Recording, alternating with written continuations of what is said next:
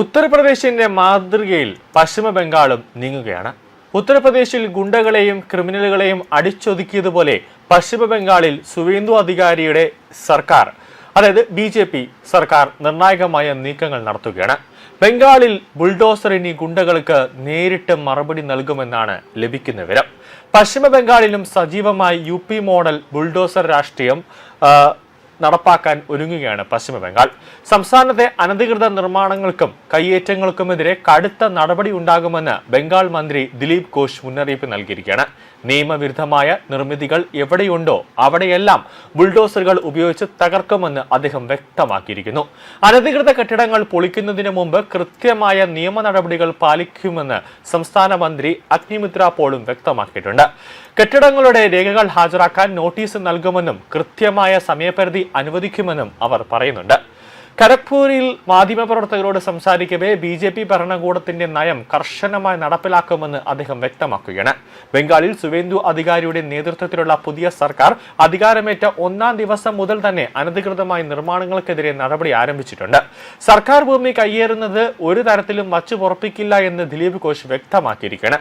അടുത്തിടെ കൊൽക്കത്തയിലെ തിൽജാല പ്രദേശത്തെ ഒരു അനധികൃത ഫാക്ടറിയിലുണ്ടായ തീപിടുത്തത്തിൽ 2 പേർ മരിച്ചിരുന്നു. ഇതിന് പിന്നാലെ നഗരസഭ പ്രദേശത്തെ അനധികൃത നിർമ്മിതികൾ ബുൾഡോസർ ഉപയോഗിച്ച് പൊളിച്ചു നീക്കിയിരുന്നു. ഈ സംഭവത്തിന്റെ പശ്ചാത്തലത്തിലാണ് മന്ത്രിയുടെ കടുത്ത പ്രതികരണം ഇപ്പോൾ ഉണ്ടായിരിക്കുന്നത്. ഹൗറ റെയിൽവേ സ്റ്റേഷന് സമീപവും ബംഗാൾ സർക്കാർ വലിയ തോതിൽ കയ്യേറ്റങ്ങൾ ഒഴിപ്പിക്കൽ ആരംഭിച്ചിട്ടുണ്ട്. മുമ്പ് മമതാ ബാനർജി സർക്കാർ ക്രിമിനലുകളെ സംരക്ഷിച്ചതുകൊണ്ടാണ് ഇത്തരം അനധികൃത നിർമ്മാണങ്ങൾ വ്യാപിച്ചതെന്ന് BJP നേതാവ് രുദ്രനീർ ഘോഷ് ആരോപിക്കുന്നുണ്ട്. എന്നാൽ തങ്ങളുടെ പാർട്ടി ഓഫീസുകൾ ഉൾപ്പെടെ ടാർഗറ്റ് ചെയ്ത് രാഷ്ട്രീയ പ്രതികാര ബുദ്ധിയോടെയാണ് സർക്കാർ ബുൾഡോസറുകൾ ഉപയോഗിക്കുന്നതെന്നാണ് തൃണമൂൽ കോൺഗ്രസിന്റെ ആക്ഷേപം. BJP അധികാരത്തിൽ വന്നതോടെ പശ്ചിമ ബംഗാളിൽ നുഴഞ്ഞുകയറ്റം വലിയ രീതിയിൽ കുറഞ്ഞുവെന്നതാണ് വസ്തുത. മമതയുടെ കാലത്ത് പശ്ചിമ ബംഗാളിൽ വലിയ രീതിയിൽ ബംഗ്ലാദേശികൾ വന്ന് അനധികൃതമായി താമസിക്കുന്ന ഒരു കാഴ്ചയുണ്ടായിരുന്നു. എന്നാൽ ഇപ്പോൾ അങ്ങനെയില്ല. കാരണം SR പ്രക്രിയയിലൂടെ തെരഞ്ഞെടുപ്പുമായി ബന്ധപ്പെട്ട് SR പ്രക്രിയ നടപ്പിലാക്കിയതോടെ ലക്ഷക്കണക്കിന് നുഴഞ്ഞുകയറ്റക്കാരെ ഓടിക്കാൻ തെരഞ്ഞെടുപ്പ് കമ്മീഷന് ഇതിലൂടെ സാധിച്ചു. എന്നിട്ട് സുതാര്യമായ ഒരു തെരഞ്ഞെടുപ്പ് പശ്ചിമ ബംഗാളിൽ നടത്താനും ഈ വർഷം കഴിഞ്ഞു. കൂടാതെ ബുൾഡോസർ ഇറക്കിയതോടെ തൃണമൂൽ ഗുണ്ടകളും നാടുവിടുന്ന അവസ്ഥയിലാണ് ഉണ്ടായിരുന്നത്.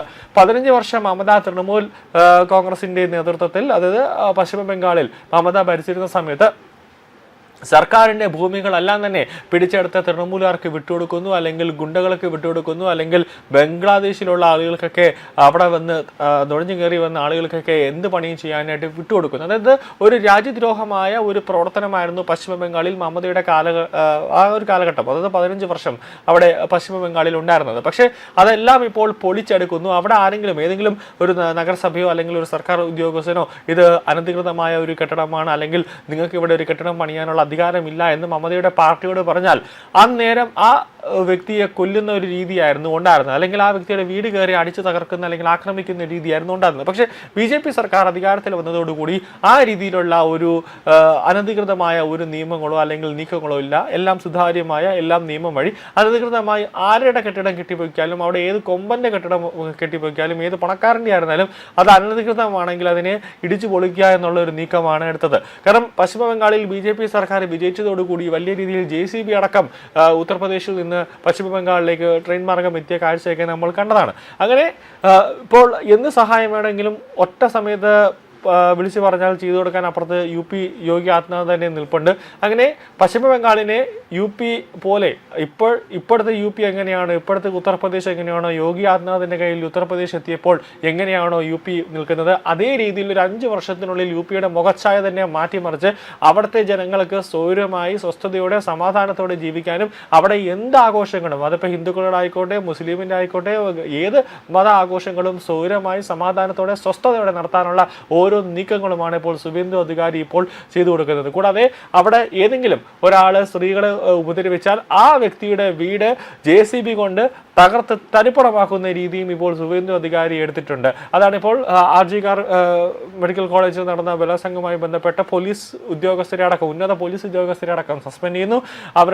അവരെ അറസ്റ്റ് ചെയ്യാനുള്ള നടപടിക്രമങ്ങളിലേക്ക് കടന്നിട്ടുണ്ട്. അവരുടെ സ്വത്തുക്കളടക്കം കണ്ടുകെട്ടുന്ന ഒരു നീക്കത്തിലേക്കും ഒരു കർശനമായ നടപടികളിലേക്ക് പശ്ചിമ ബംഗാളിലെ BJP കടക്കുകയാണ്.